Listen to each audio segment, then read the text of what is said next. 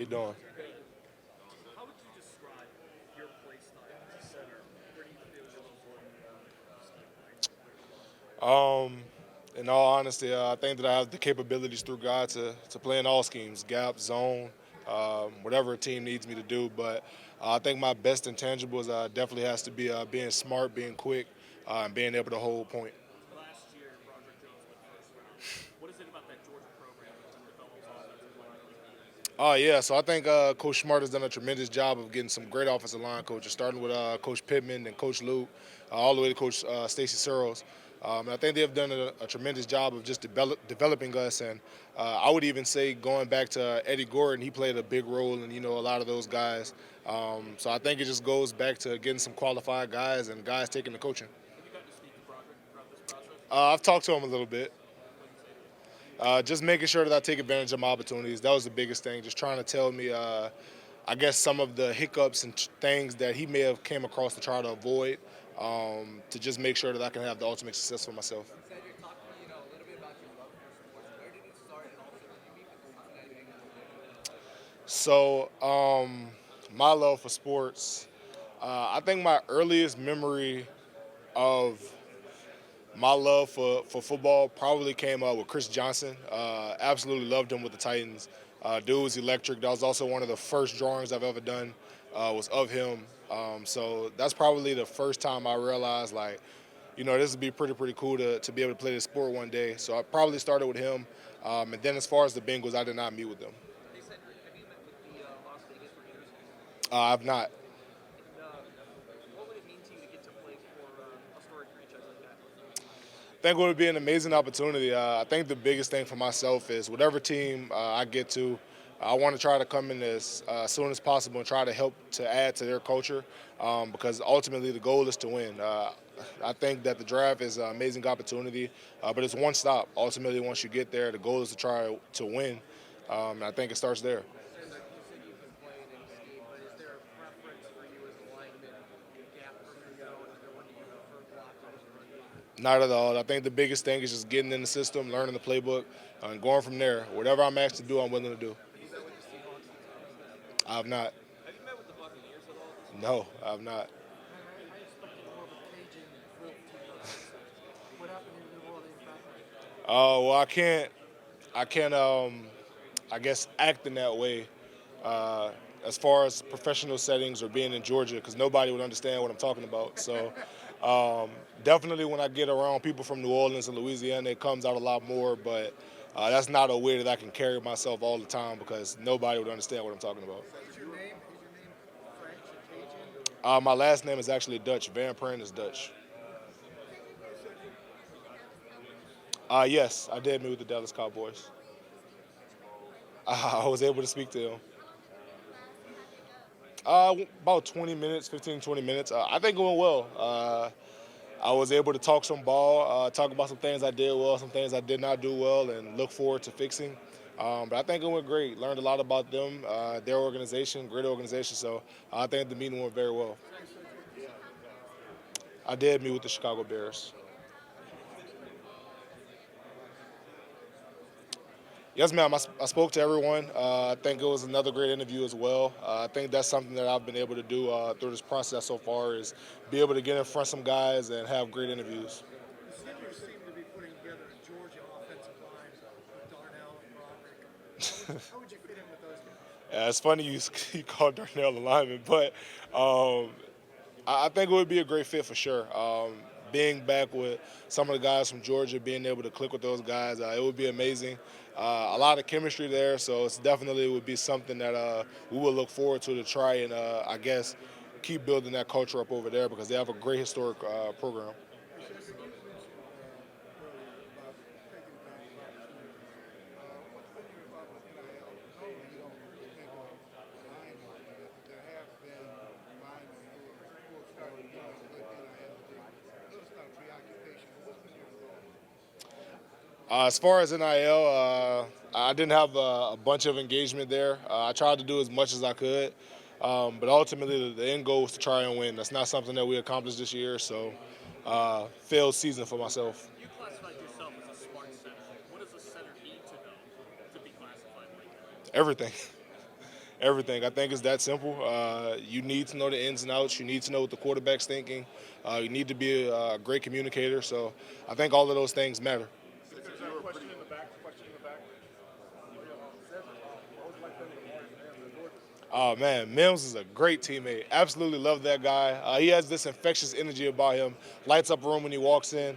I think the best thing about him is just that he was able to recall and understand everything in the offense. So I think that guy is really, really smart, great football player. Love you too, brother. Sedrick, you were a pretty notorious leader at the University of Georgia. As your career kind of resets and you're now a rookie, how are you going about the leadership process on your next phase? So, to answer your question, I guess the reset in the NFL, I think the biggest thing for myself is finding your role early, right? So, if you're to a team that has a lot of veterans, getting with those veterans, finding out how they do things immediately, finding out what's the culture there, what's the standard.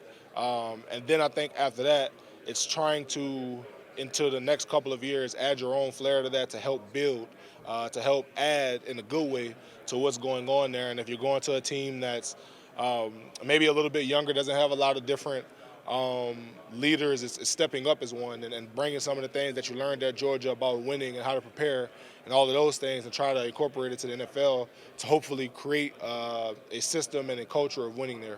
Sedrick, you made a lot of big blocks during your time at Georgia, a lot of big blocks where you guys have experimented with something that I know is multi Friday. If you could choose one block during like this past season or during your career that kind of like really plays in your head that you kind of highlight for yourself, what would it be for one game?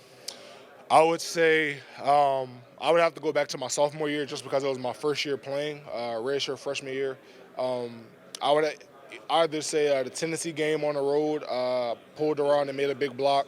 I would also say SEC championship my first year, pulling around against Alabama, making a big block. That was pretty fun for me. Who were centers in the NFL that you studied to make your game better? Eric McCoy for sure. Cedric, speaking of plays in your career, you had a 6-yard rush, I believe, against Vanderbilt. Kind of talk about that play a little bit. What went down? Well, first, bad snap. That was the number one thing, bad snap.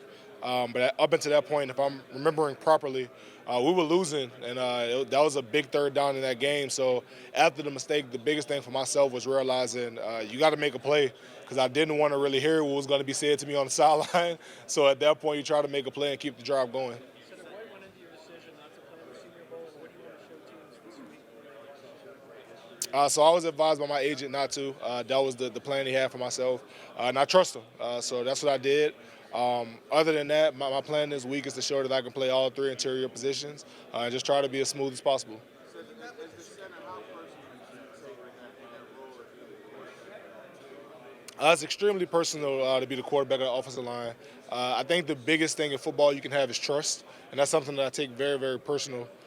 Just for the simple fact of I think that when you have that trust to the guys to the left and to the right of you, and they depend on you for, to be honest, to feed their family, I think it's something huge, and I think it builds a lot of camaraderie there. When you felt like the personnel folks, they were to go back into an extra smart, what type of leader is Sedrick? What do you think he said? Coach Smart once told me that I was a black and white leader, in the sense of I see things very clear. Right is right, wrong is wrong.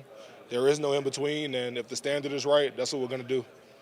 When you met with the Chicago Bears, sometimes they put guys through a competition drill where they have them play darts or pump up. Did they put you through that? When I met with the Chicago Bears, it was myself and the rest of the coaching staff. But they have a very outside zone heavy scheme. How do you think you can help, make that grow in Chicago? So I think definitely it would be a fit there. In my opinion, I don't think outside zone is anything different than we've been doing as far as football. Definitely think there's room to grow there for sure, but in all honesty, I think that I could come in and help and do the best that I could because at the end of the day, I feel like it's still football. Take what coach is teaching you and implement it there. Can you talk about your technique, snapping the ball with consistency? Are you asking me like what I did in college or as opposed to the outside zone scheme? Just in general, your technique and approach to snapping the ball with consistency. If I'm being 100% honest with you, I think that I've taken so many reps snapping the ball is kind of second nature. It's not really something you think about. Yes, I have. What would it be like again, just kind of like playing with your former teammates that are now that were at Georgia now in Pittsburgh? Is there any like memories that kind of come to mind with those guys like that kind of stick out with you? Um, so one, to answer your question, I think it'd be great to be able to link up with those guys again and um, just, I guess, have another reunion there. But ultimately, like I said, the goal for any team I get to is to try and win. So while it would be nice, ultimately we have to figure out a way to gel again and figure things out on the next level. But if I had to figure out any memories or anything like that, it would probably be the parade after the first national championship, seeing Broderick and Darnell and all those guys, just how ecstatic they were and the looks that they had on their faces. Cedrick, 45 consecutive starts at the center position. You said you want to prove that you can play all three. Was offensive guard or guard something you were repping practicing during your time at Georgia? We just didn't get to see yourself. Yeah, so I repped it a bit my senior year. It's definitely something that Coach Searles gave me the opportunity to do, definitely for this moment for sure. But it's just not something that I was asked to do as far as for the team on game day. So didn't get to see it live, but it was because that wasn't my role for the team, and I'm okay with that. Cedric, you got to play under center for Carson Beck this last year. You know what he's capable of. Do you have any predictions as far as what he can accomplish in 2023? I'm not going to make any predictions on what Carson can do, just for the simple fact I feel like that's unfair to that guy. But one thing I would say, Carson is extremely smart. He has all of the intangibles, big arm, big heart. I think that he'll do an amazing job leading that team to success. I did meet with the Cowboys. Formal. I think this is a great franchise. I think the Cowboys have a lot of rich history there. The meeting went great. I feel like I aced it, so I was really excited about that. How much pride do I hold in New Orleans, Warren Easton? In my opinion, it's who I am. It's what made me, outside of my parents. I feel like New Orleans has played a huge part in who I am today as a man and how I carry myself. So it'll always be something special in my heart. Cedric, what do you see as Amarius Mims as he makes the transition to the pro game? He didn't start that many games in college, especially compared to a guy like you. But, what does he need to do to kind of have a very successful launch as a Well, I'll say this. Number one for Marius, in my opinion, when you have that level of God-given ability, you don't need to play 40-something games to be a good football player. He has the gift of God. He doesn't need to go out there and get 1,000 reps. He's a good football player. And the one thing that I'll say that I'm really, really proud of him, that he's grown since a freshman until now, is his level of maturity. He's really, really taking the game serious. He's grown himself. He's done the work to become the man that he is today, and I'm super proud of him for that. Cedric, you're obviously interested in art. I'm curious, like 15 years from now, when football's done, what are you going to do? What are you interested in? Yeah, that's a great question. So hopefully 15 years from now, I can either be making logos, perhaps getting back inside to the football side, maybe getting a job at Georgia or something, making logos or editing videos or something, or eventually I want to start my own clothing brand. So I think that'd be pretty cool to get in that side of the business too. Cedric, being a center, you kind of have to be the captain of that offensive line in the offense. You got to read some coverage and stuff like that. Terry Ratledge talked about how he's kind of going through that process of trying to fill your shoes of being the captain, and he's say he's struggling a little bit with that. Talk about that challenge of being kind of the captain of the offensive line. So I'll say this. Number one, if Tate, you're watching, you don't have to fill my shoes. Be yourself, man. You're a great leader. You lead by example. You don't have to be the vocal guy like Nolan was or myself was. That doesn't need to be you. There's other ways to lead. But I will say this. For myself, leading has always been kind of natural for me. Since a child, I've always felt this immense care for the guys that you call your brothers and the people that you love to make sure that they're taken care of. And I think one of the biggest forms of care is looking after those guys and making sure they're doing the right things, ultimately for the biggest team goal of winning. That's just how I look at it. So for myself, leading is just kind of who I am. Whether it's leading, other guys as the top leader or being a guy that supports other leaders, whatever I have to do, that's just kind of who I am. Cedric, you're a big family guy. Who among your family have been able to participate in this part of the journey? So I think my dad has been the most active in this process for myself. My mom has done a little bit here and there, but I can be honest and say my mom is more of a get your degree type person. In all honesty, I don't think my mom really even understands or knows how big this moment truly is. Just for the simple fact that she's always been a person who is about education, not super invested into football, super invested into her son, but not so much the football side. So I would say probably the biggest investment is probably my dad, which I guess is a little bit cliche, but probably my father.